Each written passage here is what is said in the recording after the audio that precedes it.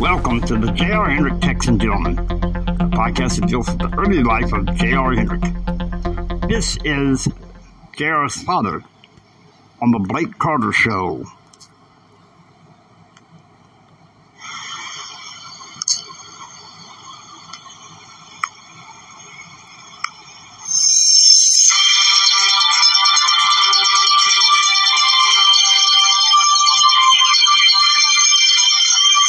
Welcome to the Blake Carter Show. Today, guys, this is the final hour, the second hour. We want to talk to you about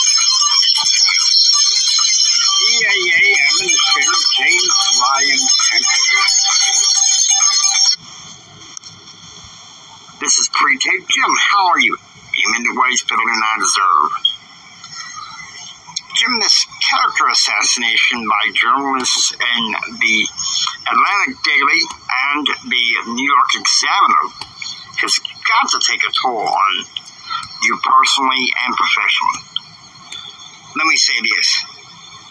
These are journalists and sources that are in Clinton's back pocket. There's no doubt in my mind. They're all lounge lizards, losers, and liars. I take Norma Sanders. There was a time when she was a friend of my family's for a short time. But notice, I don't even get the appointment. She stopped hanging around with us. She divorced her husband. And she transfers networks so she can be in line with Bill Clinton. Well, I'll tell you something. These lounge lizards, losers, and liars should know better than that than treat someone like me like a piece of crap. The thing is, we all know that some of Clinton's domestic policy team is left over from Hillary or left over from, say, someone like Roger Clinton or even Ezra Johnson, for that matter. Well, I wouldn't go that far away. For one thing I will say is this. Clinton and Congress are pointing the finger at one another. Clinton thinks Congress should do more. Congress thinks Clinton should do more. How about people get out off of their butt and start working together on the business of the American people? I did not agree to be a media liaison for a president or a government that won't work together in creating a budget that is sustainable and supportable, that won't support the entrepreneur that's trying to build residual income.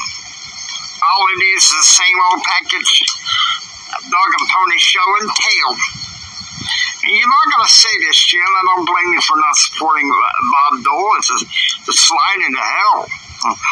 Well, that's all I got to say about that, Blake. I won't say nothing else.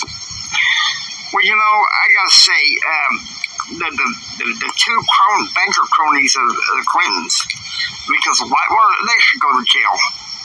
Chances are that probably won't happen. I've heard from a good friend of mine this morning, Jack Robertson, that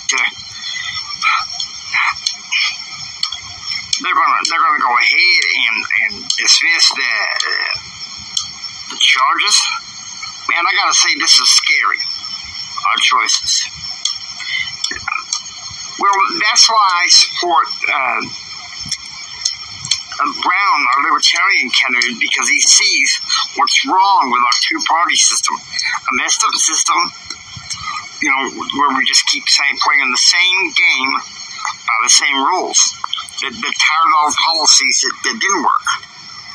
Now, I have to say, Reagan, he did some good.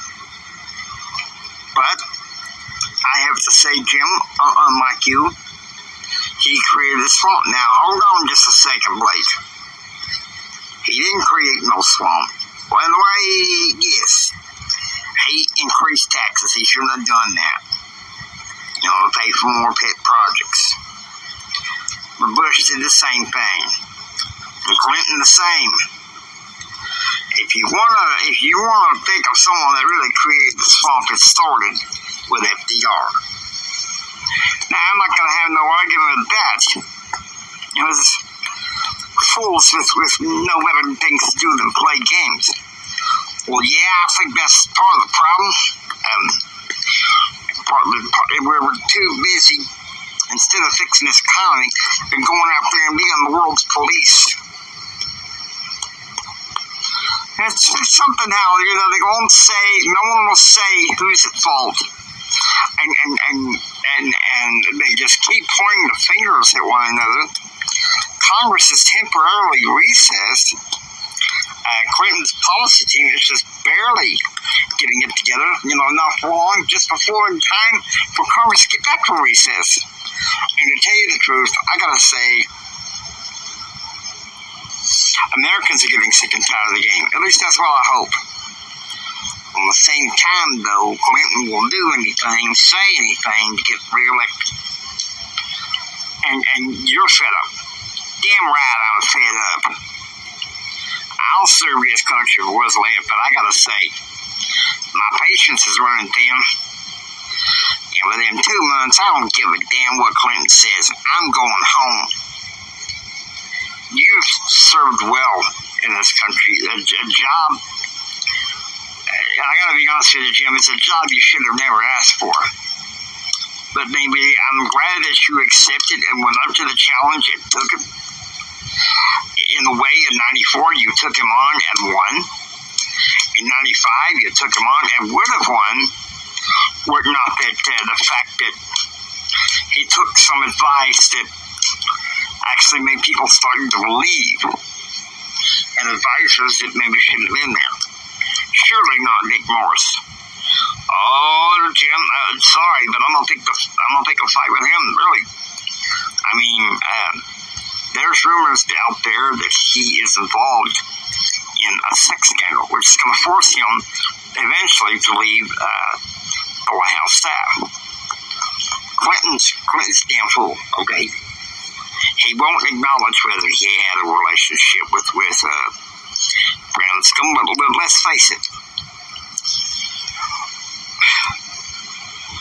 The Arkansas press picked it up in January of 1987.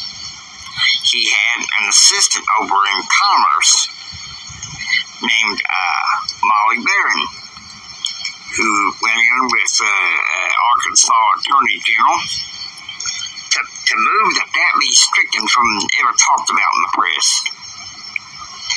And you think that was wrong? Yeah, I do. Because let's face it, all right? Maybe Bill didn't have a relationship with him, but Hillary did. Hillary had her finger in the pie of Whitewater as much as he did, and of course, people are going to sit there and lie about it, lie about till the cows come home. And I'm going to say this, I've had it. And I'm hoping that the only way I can see Dole wins is if he just goes hard line. But I don't see that. He'd rather just hand the election to Clinton over on a silver platter. Amen to that one, Jim, sadly. But that's why I'm voting Libertarian this year, is because you got the options of Clinton and Dole. It's just, no.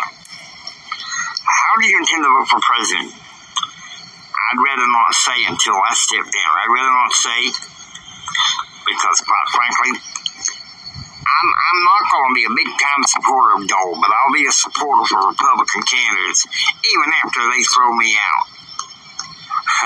Indeed, Jim. Indeed. Indeed. We'll get back to your phone calls soon. This is the Blake Carter Show. Remember, live free, live proud to be an American.